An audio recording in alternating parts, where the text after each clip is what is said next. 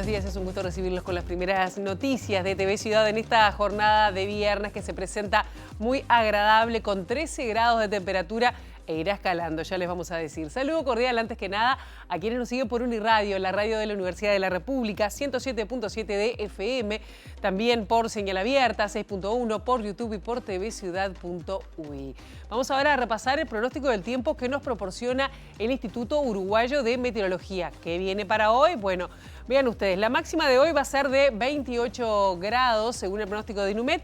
El cielo va a estar soleado, pero con alguna nubosidad, antesala de lo que se viene el fin de semana, que no se descartan lluvias, como ustedes están viendo en pantalla, porque bueno, las temperaturas extremas van a ser relativamente altas, 15 la mínima, 27 la máxima, pero con esa perspectiva de lluvias para el sábado. El domingo 12 de octubre, 13 y 21 las temperaturas extremas, el cielo estará nuboso y cubierto por momentos que bueno, se va a ver el sol en algún momento según Inumet. Esto es para Montevideo y el área metropolitana.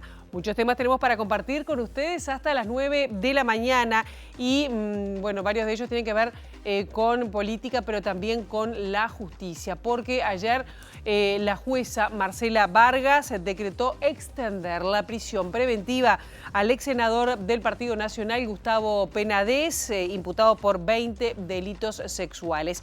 La decisión también se aplica a Sebastián Mauvecín. Ambos imputados cumplirán la medida cautelar hasta el 7 de abril del próximo año. De temas de presupuesto del Parlamento, bueno, diputados, va a seguir hoy la discusión del presupuesto, va a ser artículo por artículo a partir de las 12:15 del mediodía y esta madrugada se votó en general el presupuesto en el plenario de la Cámara de Diputados. Se trabaja un acuerdo entre el Frente Amplio y Cabildo Abierto para aprobar justamente algunos artículos vinculados a temas impositivos. El presidente del Instituto Nacional de Inclusión Social Adolescente, el INISA, Jaime Saavedra, expresó satisfacción por el acuerdo firmado entre el INEFOP y el INISA, que va a permitir que los menores recluidos participen de talleres de soldadura. Otros temas que vamos a estar desarrollando y tienen que ver con la salud, porque el Ministerio de Salud Pública ya anunció que está disponible en el mercado uruguayo el inyectable Ozempic, indicado para el tratamiento de la diabetes número 2, tipo 2, y está registrada únicamente para tratar esa enfermedad. 8:30 de la mañana vamos a estar recibiendo a una escritora chilena que vino a Montevideo en el marco de la Feria Internacional del Libro que se desarrolla allí en la explanada de la Intendencia. Vamos a estar recibiendo a Francisca Solar, que bueno, es autora de varios libros, pero uno de los que la trae acá es El buzón de las impuras, que rescata un episodio de hace casi 200 años en Santiago, donde murieron más de 2.000 mujeres, muchas de la alta sociedad chilena de entonces, encerradas en un incendio de una iglesia de la Compañía de Jesús. Francisca Solar, 8:30, acá en los estudios de TV Ciudad. Y ahora, momento de abrir la ventana hacia las calles de Montevideo para, con datos del Centro de Gestión de Movilidad, ver por dónde circular, por dónde no. @IMTránsito, @MBDtransporte para seguir en tiempo real cualquier cambio en la circulación. Qué tímido que está el sol esta mañana, ¿no? Ayer parecía más brillante, que iluminaba mejor las calles de Montevideo. Pero bueno, les adelantamos algunos cortes programados. Mario Casinoni y Francisco Canaro, va a estar cortada la circulación hasta las 2 de la tarde por trabajos de hormigonado. Juan Rodríguez entre Chaná y Rodó, también el corte será hasta las 3 de la tarde por el trabajo de una grúa en el lugar. Palmas y Ombúes entre Nativa y San Marino, el corte será hasta las 4 de la tarde por podas, y más aquí en el cordón Tristán Narvaja entre Paysandú y Cerro Largo se va a cortar prácticamente durante toda la jornada de 6 a 23 por la realización de un acto político en el lugar.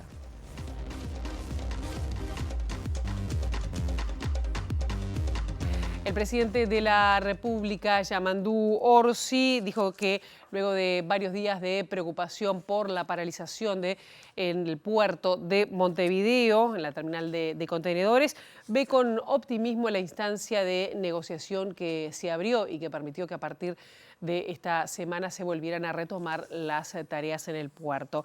En otro orden, el mandatario se expresó sobre el anuncio de este acuerdo en la Franja de Gaza. Le parece un milagro, lo dijo, y destacó que hay señales que indican que esta vez sí se podrá avanzar en la paz en Medio Oriente. Yo creo que fue muy buena señal la de ayer. Todo lo que ocurrió los días anteriores generó preocupación, mucha. Todos nos preocupamos, el país entero estaba expectante de qué iba a pasar, pero bueno, primó aquello de bajar la pelota al piso y de resolver en pocos días con la buena voluntad de todas las partes. Todos tenemos que poner un poquito de cada uno, es decir, no vas a entrar a una reunión y vas a salir con la misma pilcha que entraste. Algo hay que dejar a veces en la portera, pero bueno, preocupados y a partir de la tarde optimistas. Orsi respondió a las críticas que surgieron desde la oposición respecto a la falta de capacidad del ministro de Trabajo, Juan Castillo, para resolver este conflicto. Yo no vengo a agregar ni a aportar más que el respaldo a los equipos que tengo en la cancha. Por supuesto que a veces es generar una instancia más, pero con los mismos actores. Yo en los temas laborales, trabajo con Juan y nos encerraremos con Juan y buscaremos alternativas, pero por algo uno tiene ministros y ministras y por algo hay equipos en los ministerios para resolver las cosas. El presidente dijo que hay señales que indican que esta vez sí será posible avanzar hacia la paz definitiva en el conflicto en Gaza. Y con expectativa y como parece un milagro a esta altura, desconfiás si las noticias son reales porque ojalá se termine de redondear todo y que en Egipto puedan encontrar lo que todos queremos, ¿no? Acá lo que queremos es un alto al fuego, acá es la devolución de prisioneros, de rehenes. Acá tiene que parar esto y el mecanismo que se encuentre para parar esto tiene que ser bienvenido. ¿Es optimista que esta vez el acuerdo será legítimo? Yo creo que sí, esta vez sí. Algunas señales muestran que sí, algunos datos.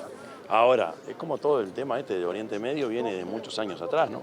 Yo diría, si uno analiza, es una historia de siglos. Pero bueno, ojalá se pueda parar acá, ojalá en algún momento se pueda tener una noticia similar de la guerra Ucrania y Rusia y ojalá también podamos tener buenas noticias de lo que está pasando en Sudán, que es tremendo. El presidente Orsi también respondió a las críticas surgidas desde la oposición respecto a la solicitud de avanzar rápidamente en el proyecto de ley de lavado de activos. Dijo que coincide en que hay que dar más tiempo para profundizar en el debate. Voy a aclarar también algo. Yo cuando nos reunimos con los partidos políticos, lo planteé personalmente como un aporte, no como el único tema o la solución para todos los problemas. No, esto es uno más. Y creo que es una muy buena señal y es clave. Ahora, en algún momento por ahí se malinterpretó y se dijo que era el camino para poder resolver. No, este es un camino de tantos y tantos y otros que tendremos que inventar. ¿Su intención no fue presionar al Frente Amplio como señaló la oposición? No, a ninguno. No, pues nos reunimos con toda la fuerza política. Yo sé ustedes, y bueno, el Frente Amplio estaba muy entusiasmado con esto, e incluso hubo partidos que le presentaron la propuesta de darnos un poco más de tiempo. Yo dije, perfecto, no, a veces las cosas apurado, no necesariamente porque vos digas lo quiero ya, va a salir bien, más cuando es un tema de carácter legislativo, pero no podés no avanzar. Y por supuesto, si los consensos son los que le dan salida a estos caminos o soluciones, mucho mejor. Si son la mayoría, bueno, bienvenido también sea. Tras más de 14 horas de discusión, la Cámara de Diputados aprobó en general el proyecto de ley de presupuesto con 84 votos a favor en 98 presentes. Se espera que se acuerde justamente un acuerdo entre el Frente Amplio y Cabildo Abierto para aprobar los 3 ajustes impositivos que están en esta ley de presupuesto. El acuerdo se basa en que se atiende principalmente el reclamo de Cabildo Abierto que es la mejora salarial al personal subalterno y también disponer de más recursos para la sanidad militar. Presumimos que sí van a acompañar los impuestos. Nosotros tuvimos unas conversaciones con respecto a reasignaciones presupuestales que tienen que ver con nuestras prioridades y las de Cabildo Abierto. Ellos hacen un planteo concreto que tiene que ver con el aumento a la tropa, adelantar el aumento de la tropa y aumentarlo un poco más, el salario más bajo de la administración. Y también un planteo que tiene que ver con asignar algunos recursos de sanidad militar. Nosotros los estudiamos, en principio estamos de acuerdo con esa propuesta. Así que, bueno, veremos qué es lo que sucede en el debate de la votación, pero todo parecería indicar que va a haber un acuerdo con Cabildo Abierto. El acuerdo con Cabildo Abierto permitirá aprobar el impuesto mínimo complementario doméstico que grava a las multinacionales que facturan más de 750 millones de euros anuales, el impuesto TEMU que prevé gravar con IVA de 22% las encomiendas con franquicia aduanera y el ajuste al IRPF para gravar las ganancias de capitales en el exterior e igualarlas a las inversiones locales. Además, el oficialismo busca más recursos para la educación. Y nosotros vamos a proponer reasignaciones, no solo lo que está enviado por el Poder Ejecutivo, que ya nos satisface, sino también una preocupación que existe en la bancada que tiene que ver en particular con incrementar un poco el presupuesto educativo.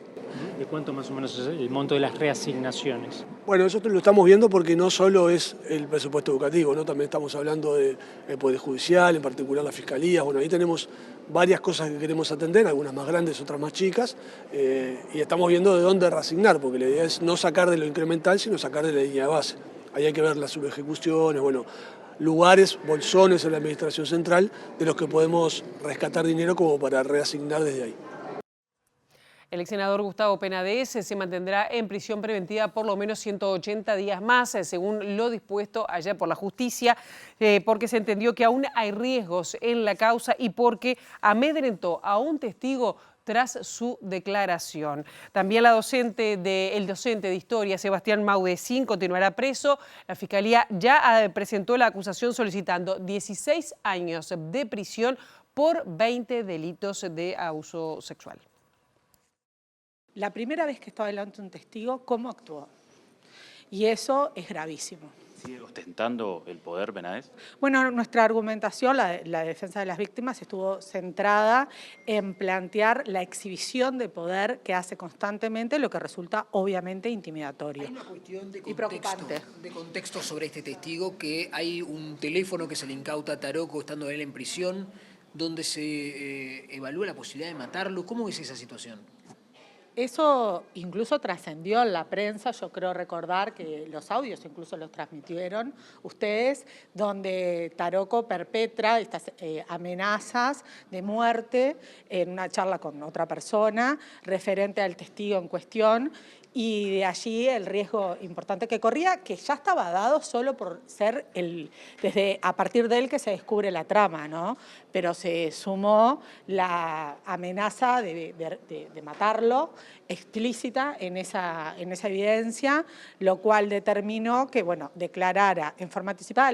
La idea inicial era que fuera antes que se liberara Taroco, pero bueno, hubo diferentes planteos de la defensa que dilataron esta situación y terminó haciéndolo ahora con altísimas medidas de seguridad para preservar dónde incluso se encontraba durante el tiempo que estuvo declarando, y en audiencia contaba con custodios que también tenía el tiempo que no estaba en juicio, ¿Hay ¿no? un trato distinto con Penades por parte del sistema? La jueza mencionaba que, bueno, a otros imputados no se le permite saludar a los jueces o a los fiscales, tiene un trato distinto con los policías, les da comida, trae medicamentos. Efectivamente eso ocurre.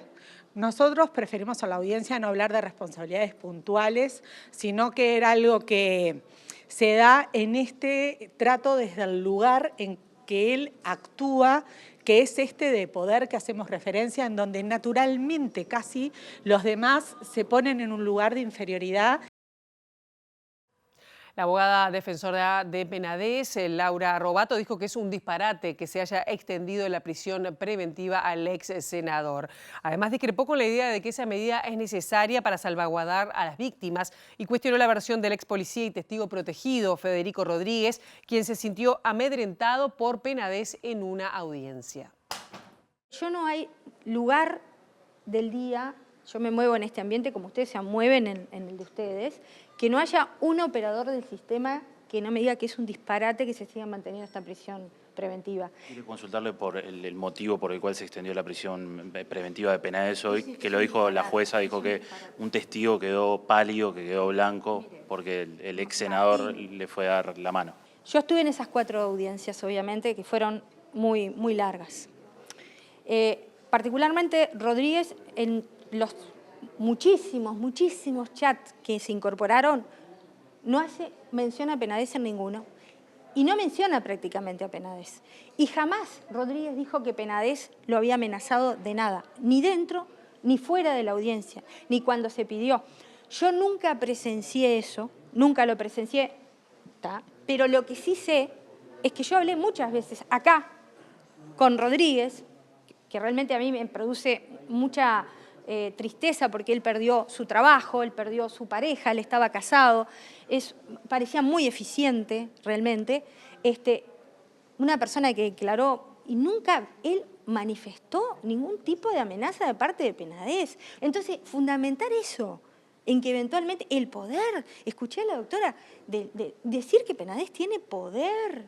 A ver, ¿qué poder tiene Penades? Ustedes lo saben mejor que nadie. Si Penades tuviera poder, no estaba en esta situación. Es lo que dice Federico Rodríguez, que es un testigo protegido en la causa, quien dijo sentir miedo ante las amenazas de lo que asegura fue una amenaza de Penades. Rodríguez dijo que se utilizó el aparato estatal para poder identificar a las víctimas. Al terminar, él se dirige a la jueza, se da vuelta y me saluda a mí sin darme tiempo absolutamente a nada. Me dice, bueno, un gusto, nos estamos viendo, algo que lo sentí totalmente como una amenaza, no correspondía desde ninguna de las partes. ¿Te dio miedo en ese momento? Sí, totalmente. Él no me había saludado nunca en ninguna de las audiencias anteriores, pese a que había estado cualquiera de los dos y no se dio nunca esa situación.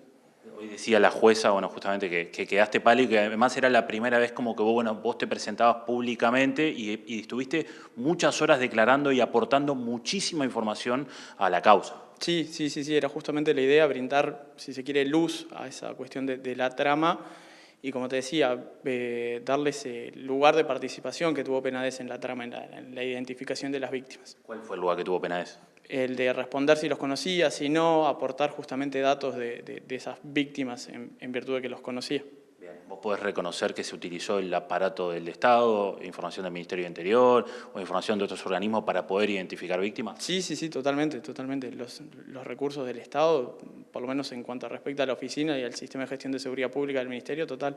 O sea, vos utilizaste un sistema que ahora no recuerdo cómo se llama, hasta para armar un flujograma. Sí, si bien puntualmente no fue mi desempeño el usar ese sistema que tú decís, que es el I2, que es lo que arroja el famoso flujograma o diagrama, sí se usó por parte personal de la oficina. ¿Por qué decidiste aportar como testigo en esta causa? Porque lo considero una cuestión de convicción moral. Si bien no estuvo bien mi participación en la trama, más allá de lo legal, no correspondía desde el punto de vista moral y de defensa de las víctimas, lo considero un deber moral el dar luz a esa trama que siento que nadie lo hizo. Y vamos a otra causa, porque el ministro del Interior, Carlos Negro, dijo que el profesionalismo de los equipos técnicos de la Policía Nacional permitió desbaratar en pocos días la banda criminal responsable del atentado a la fiscal de corte, Mónica Ferrero. Sostuvo que la investigación, sin embargo, está viva en el marco de la reserva dispuesta por la justicia, pero el ministro destacó que los resultados obtenidos hasta ahora no solo se llegó a los eslabones más vulnerables, sino que además se elevó la mira. Terminamos prácticamente desbaratando a esta asociación de personas para cometer delitos que protagonizaron el atentado contra la fiscal general subrogante. Por eso estamos muy contentos, muy satisfechos con lo que viene siendo la investigación. Y digo viene siendo porque esto aún no termina. Anunciamos que iban a caer los responsables, cayeron algunos de ellos. Estamos apuntando a seguir la investigación y a seguir teniendo resultados como los que hemos obtenido hasta la fecha. Hasta ahora han sido los autores materiales, Hasta ahora se han sumado también autores intelectuales del hecho, lo cual nos da gran satisfacción porque elevamos la mira y no solo nos quedamos con los eslabones más vulnerables, si se quiere, de la cadena delictiva, sino que estamos ascendiendo. Muy conforme porque depositamos toda la confianza en nuestros policías. Desde el momento que nos reunimos y nos pusimos al frente de la mesa de trabajo, vimos la calidad, sabíamos ya la calidad de los policías que tenemos en nuestros equipos, pero bueno, trabajar con ellos codo a codo, un poco rememorando mis viejas épocas de fiscal, es un placer realmente esta policía. Los mensajes los dan los hechos. Ocurrieron hechos que nunca debieron haber ocurrido y la policía, una vez que ocurren los hechos, en su faceta represiva, actuó con la premura, responsabilidad y profesionalismo que tenía que actuar. Eso nos pone muy orgullosos. En este país, el que las hace las va a pagar. Con la presencia del presidente de la República, Yamandu Orsi, el Instituto Nacional de Formación de Empleo y también el Instituto Nacional de Inclusión Social Adolescente, el INISA, firmaron un convenio para realizar capacitaciones en esa zona. También el presidente del INISA, Jaime Saavedra, destacó lo que significó la presencia del presidente de la República como respaldo a su gestión.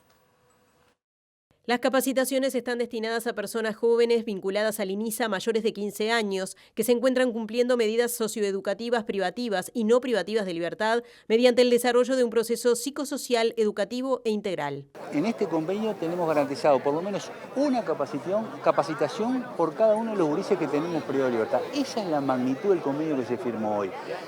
Y resulta que nosotros, casi la mitad de nuestros chiquilines, no terminaron el ciclo básico. Eso no puede ser y nosotros lo tenemos que resolver con el auxilio de ANEP, de INEFOP y de todas las instituciones que se distraigan y quieran colaborar con nosotros, lo tenemos que resolver, porque en la educación está una de las claves de la salida, en el laburo también.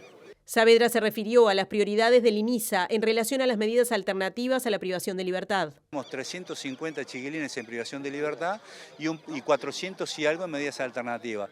Este es un proceso virtuoso que ha seguido el Uruguay, poco conocido. Repito, con todas las administraciones, ¿no? Porque pasaron administraciones de distintos signos. Y esto es muy sabio porque lo recomienda a todo el mundo y porque la privación de libertad es un bichito complicado.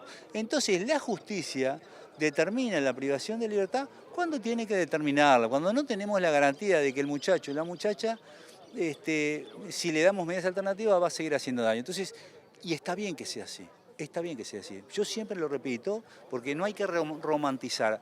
Nosotros tenemos chiquilines que han cometido daños irreparables. El diputado Agustín Mazzini del Frente Amplio valoró de forma positiva los cambios que el gobierno propone en la ley de educación, que apuntan a reinstalar la representación de los docentes en los consejos desconcentrados de la Administración Nacional de Educación Pública, en la ANEP. Mazzini adelantó que se va a dialogar con mayor cantidad posible de actores educativos en la comisión respectiva de la Cámara de Representantes antes de llevar el tema al plenario. Primero vamos a ir a la Comisión de Educación y Cultura de la Cámara de Representantes, discutirlo con la mayor cantidad de actores educativos posibles. Obviamente están los sindicatos, las ATD, otros colectivos docentes que no están en los sindicatos, pero que han, a partir de la transformación educativa, surgido varias áreas de distintas materias y bueno, a partir de ahí vamos a llegar a una conclusión de ir al plenario. Es un proyecto de ley que no solamente restituye los consejos, sino que también da un marco de la participación escolar inicial en el país, más bien del liceo, ¿no? ¿Por qué tienen que volver los consejos a la enseñanza? Bueno, porque son una herramienta de trabajo y de participación muy importante y de formación ciudadana y cívica también. Para nosotros, la formación de la educación en una república como lo es Uruguay debe tener a la democracia y a la participación como uno de esos pilares. Eso se fue resentido cuando se fueron los consejos y además porque los docentes participando en el gobierno de la educación dan esa visión profesional y además que conocen el territorio, conocen los liceos, conocen la situación que se vive en cada centro educativo. Quedó reglamentada en nuestro país la Ley de Cuidados Paliativos. Entre otros aspectos estableció un plazo de 2 años para que todas las instituciones de salud de nuestro país ofrezcan el servicio según la cantidad y complejidad de las personas que son usuarias. Según el relevamiento del Programa Nacional de Cuidados Paliativos, la cobertura por parte de prestadores de salud decreció 7 puntos en los últimos años. Actualmente, solo el 68% de las instituciones de salud brindan este servicio. En 11 departamentos y 33 prestadores disminuyó la cobertura. Uno de los problemas detectados es que no es firme la política de cuidados paliativos en el país. Es un paso fundamental que tenerla reglamentada nos va a permitir trabajar en una forma más concreta. Por ejemplo, eliminamos los cupos que algunos prestadores tienen. Es algo bastante extraño que haya prestadores que tienen un cupo de 20 personas para cuidados paliativos y el paciente número 21 tiene que esperar para poder ingresar. Entonces, vamos a estar informando a cada prestador cuál es el número mínimo de pacientes que va a tener que asistir al año y en base a eso van a tener que acomodar a sus equipos. Vamos a estar en breve sacando una ordenanza donde específicamente va a decir cuántas horas tiene que trabajar cada médico, enfermero, psicólogo, trabajador social, donde está contemplado la complejidad del paciente, donde está contemplado todos los aspectos que tiene el trabajo, no solo el trabajo asistencial, sino el trabajo docente, de difusión, de gestión y administrativo que tienen estos casos. Para aquellos pacientes que manifiesten que desean morir y tenemos la obligación, los profesionales, de rápidamente valorar si esto se debe a una causa física, porque tiene el dolor no controlado o cualquier otro problema físico no controlado, si el paciente está deprimido o está angustiado, si tiene un grave problema social o si tiene un grave problema espiritual. Y tratar de canalizarlo lo mejor posible. La gran mayoría de los pacientes no desea morir, pero sí todos, la totalidad, no desean sufrir. Y eso es uno de los cometidos que tenemos los equipos de cuidados paliativos. En los próximos días se va a comenzar a comercializar el medicamento Ozempic, que está indicado para el tratamiento de diabetes tipo 2 y registrado únicamente para esta patología. En la autorización de importación otorgada al laboratorio Megalabs, el Ministerio de Salud Pública estableció que se podrá adquirir únicamente bajo prescripción médica.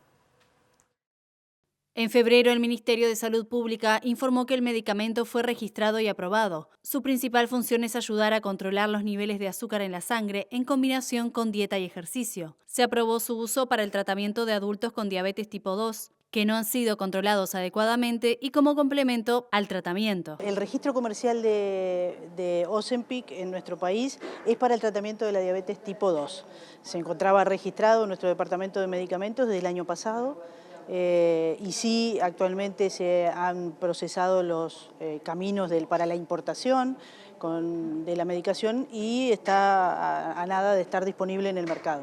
Pero para la diabetes, ¿en otros países se utiliza para el tratamiento de obesidad? En otras presentaciones sí, se utiliza para el tratamiento de la obesidad, en el contexto de tratamientos integrales y de otras medidas preventivas. Esto es fundamental, estamos hablando siempre cuando hablamos de medicamentos y de algunos en particular, lo relevante de la prescripción médica por un lado y del seguimiento médico. Son tratamientos que tienen indicaciones específicas y que tienen también un seguimiento importante. La demanda social, muchas veces la demanda o la facilidad de pensar que sin corregir otros factores y utilizando una medicación puedo disminuir de peso, hace muchas veces que se utilicen medicamentos sin una adecuada prescripción médica, sin una adecuada habilitación. Entonces es muy importante recordar a toda la sociedad lo relevante de la indicación médica, la prescripción, el seguimiento. Si bien Ozempic puede causar pérdida de peso, esta no es su indicación principal en el manejo de la diabetes. La información surge ahora desde exteriores, de la mano de nuestra compañera Abril Mederos. Buenos días, ¿cómo estás? Buenos días, Pilar. Estamos en las afueras de la Facultad de Psicología en el marco de lo que es la discusión presupuestal de todo el presupuesto para el próximo periodo, pero orientado a las dificultades que atraviesa la educación pública, la Universidad de la República concretamente, y con las particularidades que requiere esta casa de estudios. Para hablar sobre esto estamos con Silvia Franco, de la Asociación de Docentes de la Universidad. Gracias por recibirnos esta mañana. ¿Cómo vienen siguiendo el tratamiento del presupuesto luego de manifestar en varias oportunidades que se trata de una cantidad insuficiente y en el marco de las protestas que han realizado, como las clases abiertas aquí afuera de la universidad? Sí, buenos días, muchas gracias. Nosotros como Facultad de Psicología tenemos una gran preocupación en relación al tratamiento de presupuesto para la universidad. Facultad de Psicología es uno de los servicios que tiene un presupuesto más deficitario, sobre todo si tomamos en consecuencia la población, es decir, la matrícula estudiantil y la cantidad de docentes que tenemos. Hay una matrícula de entre 16.000 y 18.000 estudiantes, lo cual nos llena de alegría. Es muy bueno que los jóvenes quieran estudiar psicología. Sin embargo, tanto la condición edilicia de la facultad como la cantidad de docentes resulta absolutamente insuficiente para albergar esa cantidad de estudiantes. Para darte una idea, hay un ratio que nosotros manejamos que es un docente, 60 estudiantes. Y eso está totalmente desaconsejado para cualquier formación en psicología, donde la formación tiene que ser como más cuerpo a cuerpo, más con mucho acompañamiento. Para también dar una idea, en la región esa relación es de 1 a 15, 16, 17. Entonces estamos como muy por encima de ese ratio, con lo cual también compromete la calidad de la formación. Entonces eso nos preocupa bastante, por un lado. También por otro lado, estamos asistiendo a una gran preocupación nacional en relación a la salud mental, entonces también decimos, bueno, ¿cómo eso se traduce en presupuesto para la universidad? Cosa que no está siendo como muy... No se está viendo como con muy buenas expectativas. Por otra parte también decirte que nosotros, con esto que te mencionaba de los estudiantes, el plan de estudio son unas 40.000 horas aproximadamente y nosotros tenemos docentes para unas 20.000 horas. Entonces estamos con un déficit brutal, en lo cual deberíamos poder contratar unos 120 docentes más. Somos 270. Por otro lado también decir que hay 3 formaciones nuevas: tecnicatura, licenciatura, acompañamiento terapéutico, salud mental, psicopedagogía, que no están pudiendo implementarse, no se están pudiendo implementar justamente por la falta de presupuesto. Franco, la Intergremial Universitaria para la semana que viene tiene previsto un paro en el marco de los reclamos para los refuerzos presupuestales en el presupuesto. ¿De cuánto entienden ustedes que tendría que ser ese refuerzo? ¿Cuáles son las expectativas en torno a que se pueda destinar finalmente más presupuesto para la universidad? Claro, bueno, decirte que lo que ha pedido la universidad aparentemente hasta el momento se está considerando que da una respuesta de un 3,5% de lo pedido, con lo cual es absolutamente insuficiente. Y bueno, nada, eso sí va a ser la semana que viene, va a haber movilizaciones, hay varias movilizaciones, porque hay una gran preocupación que... sobre presupuesto para la educación y la educación pública particularmente. Muchas gracias. La palabra de Silvia Franco, integrante de la Asociación de Docentes de la Universidad de la República, en el marco de la asignación presupuestal para esta casa de estudios. Muchísimas gracias, Abril. Y nosotros venimos ahora con una información que se conoció hace unos minutos y tiene que ver con quién es el Premio Nobel de la Paz. Lo decían de esta manera. The Nobel Peace Prize for 2025 goes to a brave and committed champion of peace, to a woman who keeps the flame of democracy burning amidst a growing darkness. The Norwegian Nobel Committee has decided to award the Nobel Peace Prize for 2025 to María Corina Machado. Justamente la política venezolana María Corina Machado ha sido distinguida con el Premio Nobel de la Paz, lo estaban escuchando, esto fue hace unos minutos, y según las palabras que él estaba diciendo en inglés, mantiene viva la llama de la democracia en medio de una creciente oscuridad. Corina Machado ha liderado la lucha por la democracia al frente al creciente autoritarismo en Venezuela, así dice el Comité del Nobel. En 2010 fue elegida para la Asamblea Nacional, obteniendo un número récord de votos, y el régimen la expulsó del cargo en 2014. En 2023 anunció su candidatura a la presidencia para las elecciones presidenciales de 2024 y cuando se le impidió postularse apoyó al candidato alternativo de la oposición, Edmundo González Urrutia. La oposición se movilizó ampliamente y recopiló documentación sistemática que la acreditaba como la verdadera ganadora de las elecciones.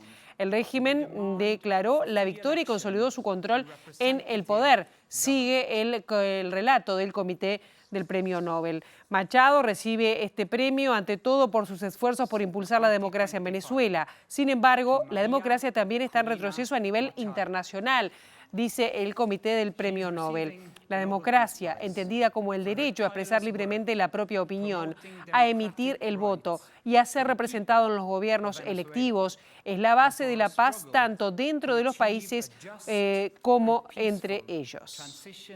From dictatorship to democracy.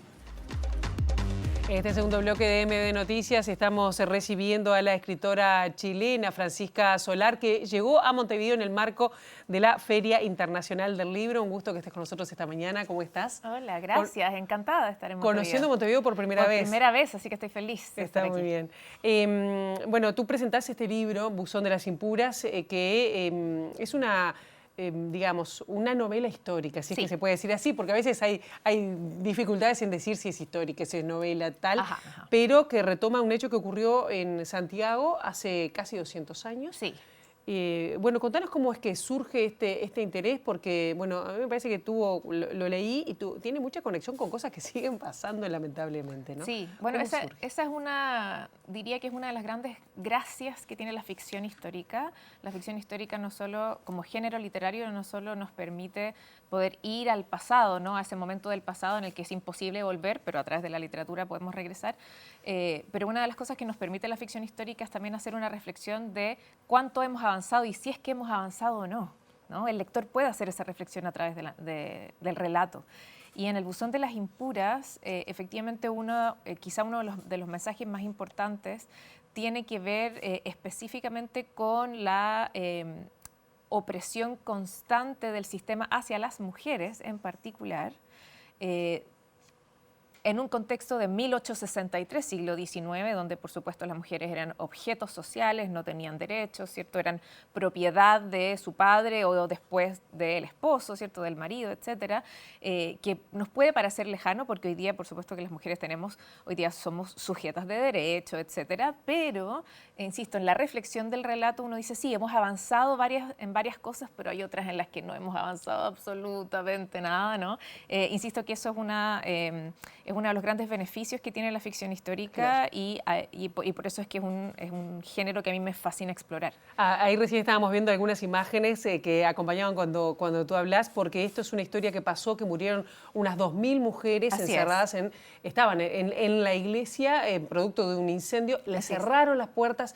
Contá un poquito cómo es que rescataste este episodio, que es de verdad, que pasó. Es real. Y que en realidad digamos, no se documentó poco, pero se dejó casi que en el olvido, aunque, bueno, de alguna manera tú lo trajiste. ¿Cómo es? Sí. A ver, por eso te decía que la ficción histórica es un género que me fascina. La ficción histórica se puede abordar de muchas maneras diferentes. Hay un subgénero de la ficción histórica, que es el que representa el Buzón de las Impuras, que es la ficción documental.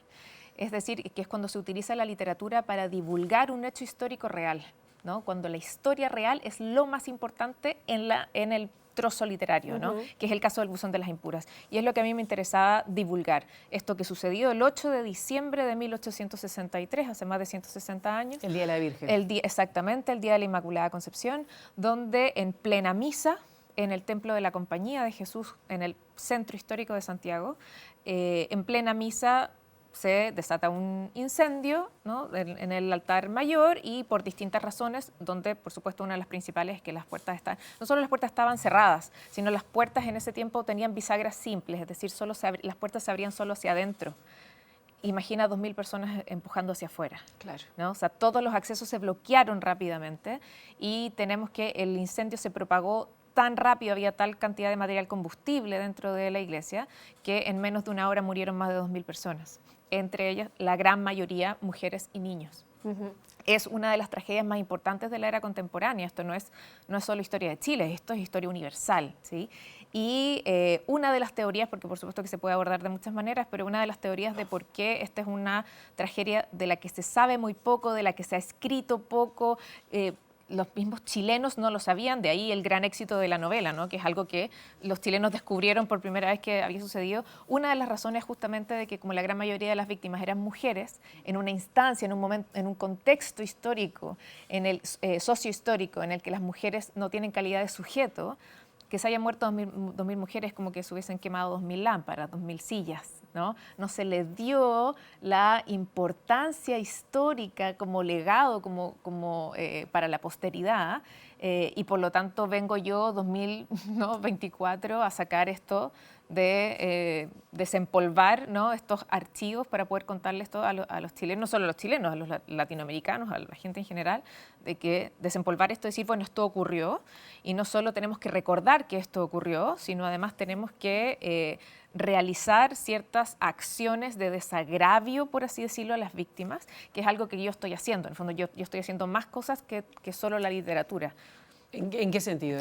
Por ejemplo, yo presenté un proyecto de ley en el Senado de Chile para poder declarar el 8 de diciembre como un día de conmemoración nacional para las víctimas de la compañía. Creo que es una de las cosas que deberíamos hacer sí o sí por estas víctimas que han sido completamente borradas de la historia, eludidas, ¿no? de la cronología histórica de Chile por 160 años. Entonces, ¿quedó aprobado o está en proceso? Toda la burocracia, ¿no? legislativa es tremenda, pero ahí está. Hay acá un actor que, bueno, mencionaste, bueno, que lo que es el rol de la mujer en la sociedad, que estaba primero, bueno, supeditada al padre, después al marido, que además había que colocarlas, ¿no? Porque si quedaban solteras era como todo, sobre todo en las clases más altas, Sí. ¿no?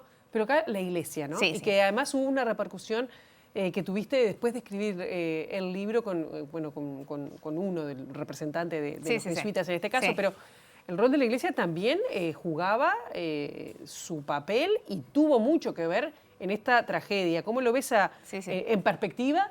Pero también lo que pasa hoy. Sí, a ver, en la novela yo soy tremendamente crítica, por supuesto, del rol de la Iglesia Católica en la sociedad chilena en total, ¿no? De la presión, el poder que tenía la religión católica en ese sentido. Chile en ese momento era un país católico por la Constitución, ¿no? Y era un momento en el que Chile todavía era una república muy joven, por lo tanto la Iglesia tenía más poder que el Estado, ¿no? Ese es más o menos el momento sociopolítico de 1863. Entonces, una de las cosas que yo muestro en la novela es cómo las directrices morales, ¿no? de la Iglesia, morales, sociales, económicas, políticas, ¿no? de la Iglesia, tenían mucho más poder que el Estado y por lo tanto las mujeres particularmente eran aleccionadas para seguir los dictámenes que decía, ¿no? tu párroco, ¿no? o desde el arzobispo hacia abajo. El cura más que el marido. Exactamente, ¿no? O sea, la gente iba realmente a misa el domingo a escuchar la homilía, a escuchar las instrucciones del párroco sobre qué tienes que hacer, cómo lo tienes que hacer, qué tienes que sentir, a dónde tienes que ir, qué tienes que comer. Realmente la iglesia daba instrucciones para todo, ¿no? Dirigía todas las instancias de la vida en la sociedad, pero específicamente a las mujeres se les aleccionaba diciendo, tú no puedes pensar, no tienes derecho al pensamiento crítico ni a la opinión, tienes que seguir lo que yo tengo que decirte, ¿no? Entonces, ahí está este grupo que yo mencioné en la novela, que son las Hijas de María, que es como cofradía de mujeres, que además eran mujeres de las más cultas de la sociedad. Este es un momento en el que las mujeres no tienen derecho a la educación superior, no tienen derecho a la educación secundaria, apenas a leer y escribir. Entonces tenemos que las mujeres de la élite, de las grandes familias, ¿no? con mucho dinero, son las mujeres que tienen acceso a un poquito más de educación y son estas mujeres las que son parte de esta cofradía, pero a pesar de que son mujeres que tienen son poco más cultas, tienen más educación, lo que yo muestro es cómo la iglesia realmente las tenía tan oprimidas que ellas no eran capaces, ¿no? como de salir de ese entorno el que las ahogaba,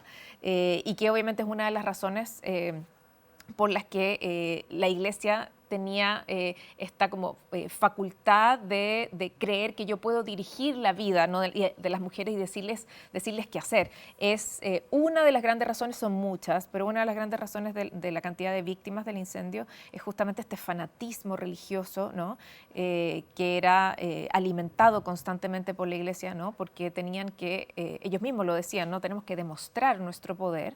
Por lo tanto, había mucha coerción, había mucha amenaza. No tienes que ir a misa porque si no vas a misa te vas a ir al infierno, ¿no? Como todas esas cosas. Entonces, claro, ese poder que tenía la Iglesia en 1863, por cierto, no es el poder que tiene hoy día. O sea, claramente es una institución que está muy alicaída. Igualmente permanecen muchas de esas prácticas y por eso es que uno leyendo la novela puede decir esto y esto y esto sigue sucediendo en el 2025. No vamos a contar todo lo de la novela, la vas a presentar este sábado en la Feria del Libro y bueno, realmente es muy fácil de leer. No se asusten porque es interesante. Son 600 páginas, pero se lee muy bien. Gracias, Francisca Solar. Gracias. Bien, nosotros vamos ahora con otros temas. Ustedes saben que este viernes la Intendencia de Montevideo comenzará a fiscalizar el cumplimiento de una resolución que impide estacionar o detener vehículos en 7 puntos de Montevideo. Los vemos. Por ejemplo, estamos hablando de Goes al costado del Shopping de Tres Cruces, la calle Luis Alberto Herrera al costado del Nuevo Centro, la calle Avenida de Italia en la llegada a la Plaza de la Bandera. Esos son puntos en donde no se puede estacionar ni detenerse. Luego hay dos disposiciones, dos cámaras colocadas en lugares donde hoy está prohibido estacionar. La diferencia clara es que en los lugares donde está prohibido estacionar, el vehículo puede detenerse a bajar un paquete por un tiempo muy limitado, a bajar un paquete, a bajar una persona, a levantar un paquete de una persona. Esos lugares están dispuestos en Boulevard España, en la llegada a la Rambla, y en la calle Minas, entre Guayabo y el 18 de julio. Benítez explicó que las fotos registradas por las cámaras serán analizadas por personal inspector de tránsito y que en caso de que se entienda que se incumplió la disposición que prohíbe estacionar o detener vehículos en esos 7 lugares de la ciudad, se procederá a multar y notificar a la persona responsable. No descartó que a futuro esta disposición se amplíe a otros puntos y explicó las diferencias con el proceso tendiente a controlar el correcto uso de las sendas solo bus que se pondrá en marcha más adelante. Había un poco de confusión en la gente que entiende que la puesta en funcionamiento de las cámaras de mañana es la cámara solo bus y no es así. Nosotros para cada una de estas medidas nosotros lo que dispusimos es que vamos a informar oportunamente el comienzo de la puesta en funcionamiento. Todo lo que tiene que ver con el solo bus primero requiere de señalización, son lugares que hay que señalizar correctamente, que hay que pintar, que hay que disponer cartelería. Nosotros entendemos que va a estar en funcionamiento aproximadamente dentro de un mes. Estamos hablando fines de noviembre, principios de diciembre. Y les recordamos que esta mañana la selección uruguaya de fútbol está jugando partido amistoso, el primero de 2 de la fecha FIFA, preparatorios para el Mundial 2026. 9:45 juega la Celeste, que se enfrenta por primera vez a República Dominicana en el Estadio Nacional Bukit Jalil de Kuala Lumpur, en Malasia. Un duelo que sumó algunos días de entrenamiento y para el que Marcelo Bielsa no convocó a todas sus grandes figuras. El equipo probable está integrado por Franco Israel, José Luis Rodríguez, Nicolás Marichal, Santiago Bueno, Marcelo Sarachi, Emiliano Martínez, Nicolás Fonseca, Rodrigo Salazar, Kevin Amaro, Federico Viñas y Facundo Torres. El encuentro se podrá ver en streaming por la transmisión de AUF TV y Antel TV.